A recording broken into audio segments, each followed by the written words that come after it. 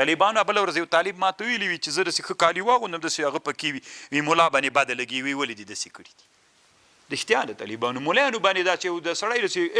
داسې اکشن کې ګرځېږي هم درته خوند نه ورکوي که نه داسې ښه غاړه دي وي او دلته داسې ښه شیان پکې اچولي وي قل ورته وایه من حرم زینت الله چا حرام کړی د زینت الله التي اخرج لعباده هغه چې الله راویستلی بندګانو ته هېچا هم نه دی حرام کړی حتی نه ورېښم حرام دي یو طالبانو د فاسقانو سره تشبیه کول دا بیله مسله یو د ښځو سره تشبیه کول دا بیله مسله طالب جانه ډېر ښه نستوڼی یې جوړ کړی ته لږ ودرېږه ملګري دې نستوڼی ویني ودرېږه چې څادر دې خلاص کړه ما کېږده طالب داسې وروښی داسې نر غوندې وروښی ټولو ته قرآن باندې اوس خبر درته کوم طالبانو ومولیده کېنه کمبل داسې نر ته ده چې داسې غاړه ها کومه ده کندارۍ ده خو غاړه داسې نه ده غاړه ځي او دا ده طالبان دا ویني طالبان کومه ده بل لږ ودرېږه طالب جان شرمېږه مه آفرین هغه خوندوره ده څادر دې لرې که دا طالبانو په دوی ښه نه لګېږي دې ته وایي چې کفر ده او اسلام ده او روا ده او ناروا ده هېڅ چې شیم نه ده طالبانو ورونو کښېنه اوس دلته طالبانو غوږ ورته ونیسئ یوارې به طالبانو یو څو خبرې درته وکړم ګورئ طالبانو ورونو هدایت څه ده هدایه د موږ د احنافو له هدایې نه نیولې تر ټولو حنفي فقې پورې داسې لیکلي وایي نر دپاره ورېښم استعمالول په کالیو کې روا دي که ناروا ورېښم نر ته ورېښم استعمال ناروا ده که نه خو طالبانو صرف د نمونې په خاطر باید استعمال کړي چې ویې پېژني چې ورېښم دا شی دي نر دې په کالیو کې استعمال کړي چېرته دې استعمال کړي علی الجیب علی الجیب علم و ګل دې په جیب کې واچوي علم ګل ته وایي علم ګل دې واچوي داسې دی چې ګل اچولی خطرناکه یو ګریوان کې یو او بل دا د طالبانو ورونو چې په هغه کې جیب ګریوان اچولی وایي ګل نستوني کې د دوه او بل دا د طالبانو په دیرخیزو کې در خلاص که طالب جانه زوی دې مړ څه چې دې پې کړي طالبانو د رسول صلی الله علیه وسلم کالي داسې نه ول لکه د موږ کالي د رسول علیه السلام کالي داسې ول چې دا نه ده دلته به یې نوره ټوټه ور واچوله چې دا لمن یې داسې غټه سي دلته به یې زاید نورې ټوټې ور اچولې تر دې چې پورې خو به یو انداز یا لمن یې ګرده غټه وي نورې ټوټې ور اچوي هغه ټوټو ته طالبانو څه وایي دیرخیز اصل کې هغه ته وایي موږ څه وایي دا ګوګوګان وایي دا تر ښځې راته وکړه دا تر ښځې سنت دي دروغ وایي دا سنت نه دي طالبانو هغه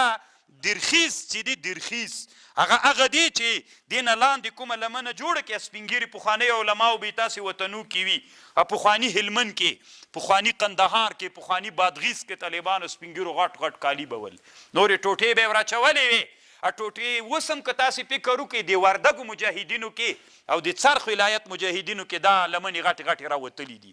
خو درخیزې ور اچوي تاسو کې به دلته یو پیدا نه سي ته مولانا لږ دغسې یې آفرین ودرېږه ته خو تاسې چې دغه کار دا ورې کوه ورسره تر اخره یې بندوه ځتینو صحیح بات سي به مونږ هم تا ورښیو چې دغه دي چې ور داسې څرخ وړلی وای دا طالبانو چې تر اخرې باندې سي ښه دلته دا بند سي دا د نبي علیه السلام کمیس مفرج نه و خالیګا نه وه طالبانو ورونو ګوره د نبي علیه السلام کمیس تر اخره بند و دسې دا فرجه نه وه خالیګا نه وه دا خالیګا تر اخره بنده وه دا خالیګا تر اخره بنده وه نو چې دا دلته لنډه بند سي د مزل نه کېږي پکې نو بیا به یې هغه داسې غټه کړله ورته چې قدم اخلي پکې وسي نه درخیز د دې دپاره وي خبر پوه نو اوس تاسې د حنفي فقهاو د څلورو مذاهبو علماو کتابونو ته متوجه سئ په دیرخیزو کې چې زیاته ټوټه ور اچوي زیاته ټوټه طالبانو مثلا کمیس دی یو رنګ د هغې ته یو رنګ ور واچوي بل او هغه پکې ګل پکې د هغه واچوي د ورېښمو ګل صاحب پکې واچوي د مخې طرف ته او په دې نستونو کې واچوي په دې قسم په الله دا ټول حنفي فقها وایي چې دا روا ده دا د نر دپاره دا علم د نموزج ده د نر دپاره طالبانو امام محمد رحمه الله سیر الکبیر کې لیکي وی د نر دپاره تڼۍ د سرو زرو جایز دي، د سرو زرو تڼۍ د نموزج دپاره. دا کتاب دا د جهاد کتاب ده. زه طالبان ته کله وایم مل دا امام محمد پوه ده چې دا شوقیان د دې شیان د مجاهدین طبیعت خلک دي. عین په کتاب الجهاد کې دا خبر هلته ذکر کړی چې یو طالب دا تڼۍ ځان ته د سرو زرو جوړه کړي جایز ده، د ورېښمو یې جوړه کړي. څه بخیل بخیل کېږي، روا دي وکړه ناروا دي وکړه. طالبانو ورونو دا ورېښم چې لاړی دا وارې دا خو هم دغسې کالی کې ګنډلې لکه وردګ ماما چې ګنډلې وردګ یې طالبه. ښه نو دا طالبانو د ورېښمو دلته یو ګل جوړ که، دلته یې د ورېښمو جوړ که، په درخیز کې د ورېښمو جوړ که. دا شرعا جواز لري، هېڅ ناروا نه ده. طالبان اوس ورته غوږ ونیسه. طالبانو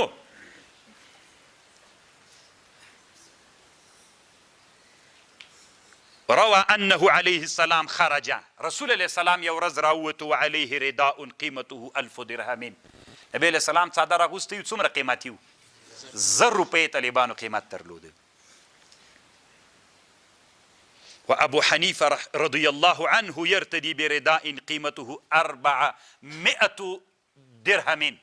400 درهم، 400 درهم طالبانو سپین زر دی، بیخي ډېرې غټې روپۍ کېږي، بیخي ډېره غټه روپۍ د طالبانو. وکان محمد، امام محمد کوي طالبانو یلبس الثياب النفیسه ویقول ویلی بی ان لی نساء وجوار فازین نفسی کی لا ینظرن الی غیری. ځان ورته ښایسته کوم چې بل څوک مې ونه ویني. امام محمد ښه ځواني هم درلوده طالبانو، لکه ډېر ښایسته و، کالیو غوندم چې هغوی بل چاته ونه ګوري، ما ته وګوري. دا اسلام کې ناروا نه ده طالبانو ورونه. اوس تاسې غوږ ورته نیسئ. خو چې تشبیه ته لاړ نسي د فاسقانو سره، د فاسق غوندې لباس بنوي او د چا غوندې بنوي، طالبانو بالکل هېڅ مشکل نه لري.